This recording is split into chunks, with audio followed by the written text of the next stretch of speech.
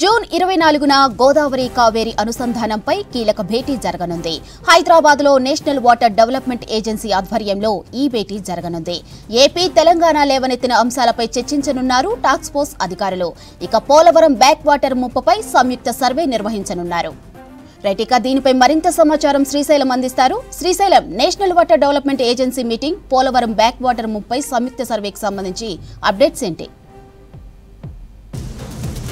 కావేరి అనుసంధానకు సంబంధించినటువంటి మీటింగ్ ఈ వచ్చే నెల 24న జలసౌధలో జరగబోతుంది. దీనికి ఇక్కడ స్థానిక అధికారులు ఏర్పాట్లు చేయాలని చెప్పి నేషనల్ వాటర్ డెవలప్మెంట్ అథారిటీ నుంచి లేఖ వచ్చింది. దానికి అనుగుణంగా ఇక్కడ జూన్ 24న సమావేశం జరగబోతుంది. అయితే ఈ సమావేశంలో ప్రధానంగా గోదావరి, కావేరి నదుల అనుసంధానం మీద చర్చ జరగనుంది. ఇప్పటికే ఈ అంశానికి సంబంధించి చాలాసార్లు కూడా ఢిల్లీలో మీటింగ్లు జరిగినాయి. కానీ ఏ ఒక్క రాష్ట్రం అంటే దాని పరిధిలో ఉన్నటువంటి రాష్ట్రాలు ఏకాభిప్రాయానికి రాలేదు. ప్రధానంగా దీని పరిధిలో మన తెలుగు రాష్ట్రాలు ఏపీ, తెలంగాణతో పాటు మహారాష్ట్ర, కర్ణాటక, అదేవిధంగా ఛత్తీస్గఢ్ కూడా దీని పరిధిలో మీటింగ్లో పాల్గొనబోతున్నాయి.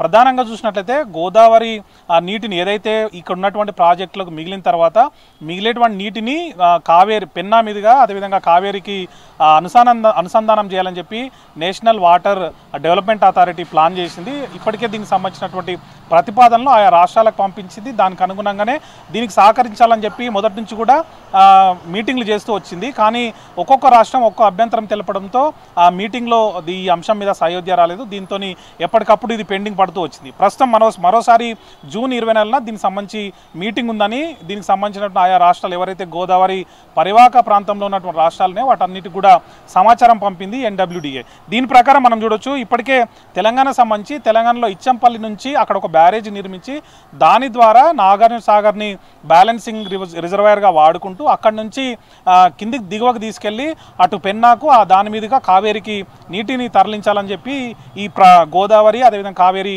ఈ అనుసంధానం ప్రాజెక్ట్ ఉంది. అయితే దీనికి మన రాష్ట్రం నుంచి కొన్ని అభ్యంతరాలు ఉన్నాయి. ప్రధానంగా ఇప్పటికే ఇచ్చంపల్లి దగ్గర బ్యారేజ్ కట్టే బదులు ఆల్రెడీ ఉన్నటువంటి సమ్మక్క సారక్క బ్యారేజ్ని తుపాకులగూడెం వద్ద ఉన్నటువంటి బ్యారేజ్ని వాడుకోవాలని చెప్పి మన తెలంగాణ సూచించింది. దీన్ని కేవలం అది కూడా సమ్మక్క సారక్కను కూడా ఎత్తిపోతలకు మాత్రమే, అంటే అక్కడ నుంచి నీటిని లిఫ్ట్ చేయడానికి మాత్రం వాడుకోవాలి తప్ప దాన్ని నిల్వ చేసేందుకు, నీటిని నిల్వ చేసి తర్వాత తరలించేందుకు అట్లాంటి ప్రతిపాదన ఏది వద్దని చెప్పి మన తెలంగాణ అభ్యంతరం వ్యక్తం చేసింది. మరోవైపు దీనిలో ప్రధానంగా ఈ ప్రాజెక్ట్ కింద 148 TMCలు మన దగ్గర ఏదైతే సమ్మక్క సారక్క ఉందో లేకపోతే ఆ ప్లేస్ నుంచి తీసుకెళ్లాలని ఏదైతే ఈ ప్రాజెక్టులో భాగంగా తీసుకెళ్ళాలని NWDA ఆలోచిస్తుందో దాన్ని మన తెలంగాణ ఏమడుగుతుందంటే 50% నీటిని ఇక్కడే మేము వినియోగించుకునేలా కేటాయింపులు ఉండాలి. ఆ తర్వాత మిగిలిన 50% నీటిని మీరు అనుసంధానం కింద వాడుకోండి అని చెప్పి మన తెలంగాణ డిమాండ్ చేసింది. ఇది ప్రధానంగా ఈ ప్రాజెక్టులో ముందుకు కదలకుండా ఉండడానికి ఒక కారణంగా ఉంది. అయితే తెలంగాణ ఆలోచన ప్రకారం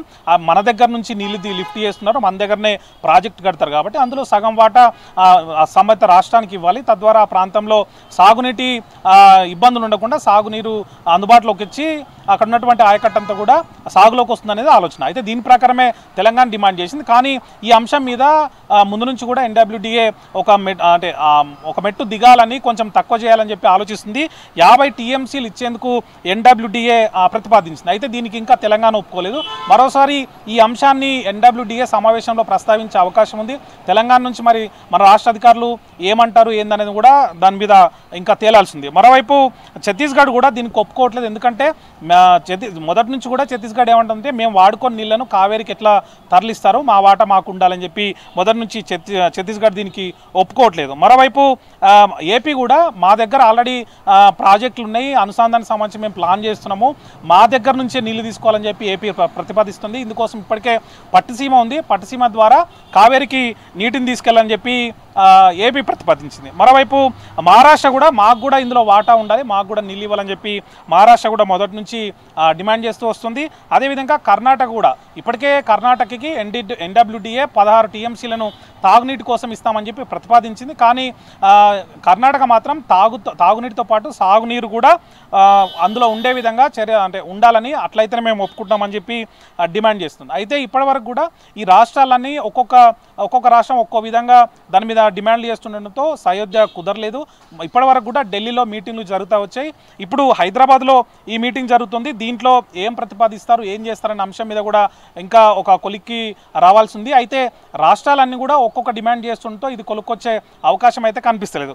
మరోవైపు పోలవరం సంబంధించి కూడా ఏదైతే పోలవరం ప్రాజెక్టులో మొదటి నుంచి కూడా మన రాష్ట్రం ముంపుకు సంబంధించి ఆందోళన వ్యక్తం చేస్తోంది. దానికి సంబంధించి జాయింట్ సర్వే ఉండాలి, అసలు ఎంత మేర ముంపు ఉంటుంది, దానివల్ల ఎంత మేర నష్టం జరుగుతుందనే అంశాలను వేరు చేసి ఆ పరిహారం ఉండాలి, లేకపోతే దాని తగ్గట్టు కూడా చర్యలు ఉండాలని చెప్పి మొదటి నుంచి మన రాష్ట్రం డిమాండ్ చేస్తూ వస్తుంది. ఇప్పుడు తాజాగా దానికి సంబంధించి సిడబ్ల్యూసి చర్యలు చేపట్టింది.